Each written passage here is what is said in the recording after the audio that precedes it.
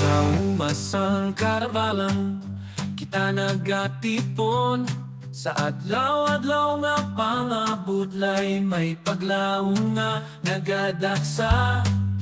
Anisang humay tanom sang mais, sa tanang paningkamot kabuhi naton nagapanghigugma.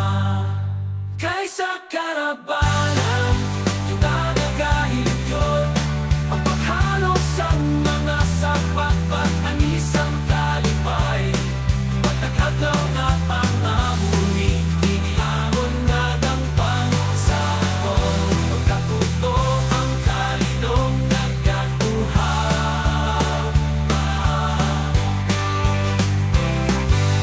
Ang kambing, baboy kag manok nga ton ginapalangat, sa ilang nga pagbulik kita nagabunga sang bugana. Sa tamnan sang saging, tubo kag mais, sa aton nga bukos wala sing kapi.